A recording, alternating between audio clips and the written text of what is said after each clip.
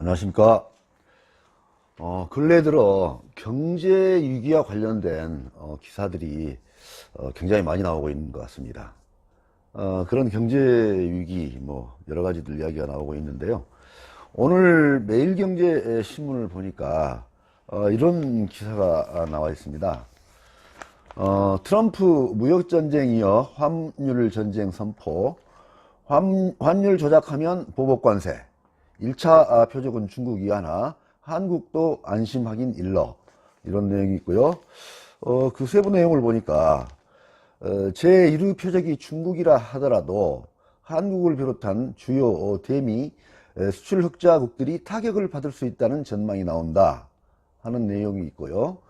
아울러 한국, 일본, 독일, 스위스, 인도 등도 고율 관세 대상에 포함될 위험이 있다고 보도했다. 이런 내용이 있습니다. 그리고 동아일보를 보니까요. 동아일보도 미국, 중국의 환율 전쟁 포문, 한국도 사정권, 그리고 소제목을 보니까 미국 통화 절하된 상계 관세 중국 압박, 무역 전쟁이 환율 전쟁으로 확전 양상, 오해신은 한일에도 관세 올릴 가능성, 원저 인한 무역 흑자 문제 삼을 수도, 이런 내용들이 나와 있습니다. 지금 현재요, 그 여러 가지 이 경제 문제와 관련된 이야기들이 나오고 있는데요. 여러 가지 이유가 있는 것 같습니다. 그 이유들, 그러니까 경제 위기설이 나오고 있는 그 이유들을 크게 살펴보면요. 첫째는 미국, 중국 무역전쟁, 미국, 중국 무역전쟁이 일어나고 있다는 것이고요. 그 다음에 미국, 중국이 이제는 환율 전쟁으로까지 확산이 되었다 하는 것이고요. 세 번째 이유를 보면 한국 경제 성장률이 계속 정체 상태에, 답보 상태에 머물러 있다 하는 점이 되겠고요. 또 한 가지, 지금 현재 화폐 개혁설이 난무하고 있습니다. 그래서 여러 가지 이 기사라든지 또는 유튜브 강의라든지 이런 데서도 이 리디노미네이션, 그러니까 1,000원을 1원으로 유를 줄이는 그런 화폐 개혁이 있을 수 있다 하는 이야기들이 나오고 있고, 현재 경제 위기설이 이렇게 급속하게 퍼지고 또 유튜브뿐만이 아니라 일부 신문 기사 등에서도 굉장히 이야기들이 많이 나오고 있는데요. 이런 것들이 실제적으로 경제 위기가 일어나지 않기를 바라지요. 그리고 또 일어날 가능성이 그렇게 많다고는 보지는 않습니다. 그러나 이런 이야기들이 이렇게 계속 나오면서 모든 국민들이 어떤 불안감에 빠지게 되고 하는 것은 좋은 현상은 아니라고 봅니다. 이런 경제 위기설로 인해서 이야기들이 많이 나오고 또 이와 관련된 이야기를 들으면서 많은 국민들이 불안해하고 이러는 원인에는 우리나라가 1997년에 IMF 사태를 겪은 적이 있습니다. 그래서 그때 너무나 많은 고통들이 있었습니다. 그래서 모든 국민들이 그러한 어떤 학습 효과 때문에 이러한 현상들이 나타나고 있지 않나 하는 생각이 들어갑니다. 그러나 어쨌든 앞으로 그런 경제 위기가 물론 올지 안 올지 또 오지 않을 가능성이 많다고 이렇게 기대를 하고는 있습니다만, 사람이 항시 최악의 상황을 생각해 두고 준비를 해야지 그런 위기를 극복할 수 있다 하는 차원에서 이런 이야기들이 논의되고 얘기들이 공론화되고 하는 것은 어느 정도 위기 극복을 위한 대안이 될 수 있다 하는 그런 생각을 해봅니다.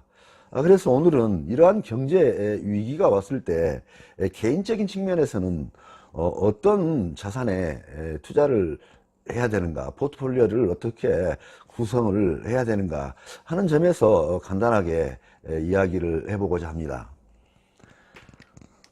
통상적으로 경제 위기에 강한 자산이 어떤 것인가를 살펴보면은, 경제 위기에 강한 자산은 첫째는 실물 자산을 볼 수 있습니다. 실물 자산의 대표적인 거로는 부동산이라고 볼 수 있죠.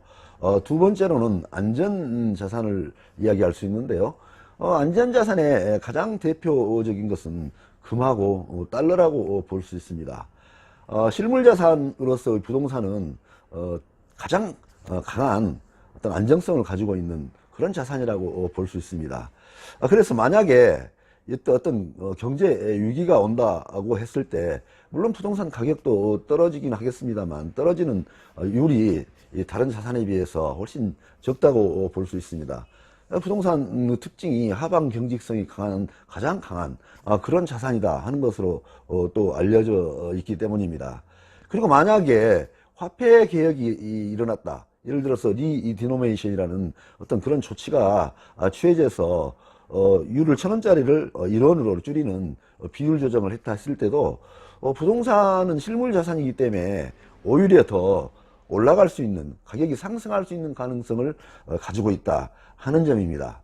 그리고 또한 두 번째 안전자산으로 봤을 때도 금이나 달러는 확실한 안전자산이라고 볼 수 있습니다. 금 같은 경우는 실물자산의 일종이기도 합니다. 그래서 일단 어떤 경제 위기라든지 또 화폐 개혁이 일어났다 할지라도 금은 굉장히 안전자산이기 때문에, 그래서 현재 시중에서는 골드바를 살려는 사람들이 많아가지고 굉장히 활발하고 또 거래가 많이 일어나고 있다는 이야기가 있고요. 또 달러도 역시 안전자산이기 때문에 달러 그 자체, 그러니까 통장에 넣어두는 거를 말하는 게 아니고요. 달러 그 자체를 현금으로 바꾸어서 가는 그런 자산가들이 나타나고 있다 하는 그런 소식들을 접해 듣습니다. 그리고 현금이나 주식은 불안전 자산이라고 볼 수 있죠. 우리가 만약에 경제가 더욱더 어려워지는 상황에 왔다 할 때는 우리가 IMF 때 한번 학습을 했던 그런 기억이 있습니다. 역시 현금은 여러 가지 양면성을 가지고 있긴 합니다만 주식 같은 경우는 굉장히 위험한 그런 자산이 될 수밖에 없습니다. 그래서 뭐 IMF 때 같은 경우는 뭐 반토막이 아니고 5분의 1 토막, 뭐 10분의 1 토막 그렇게 나는 경우도 있었고, 기업이 상장 폐지가 됐을 때는 휴지 조각이 되는 그런 기억이 있습니다.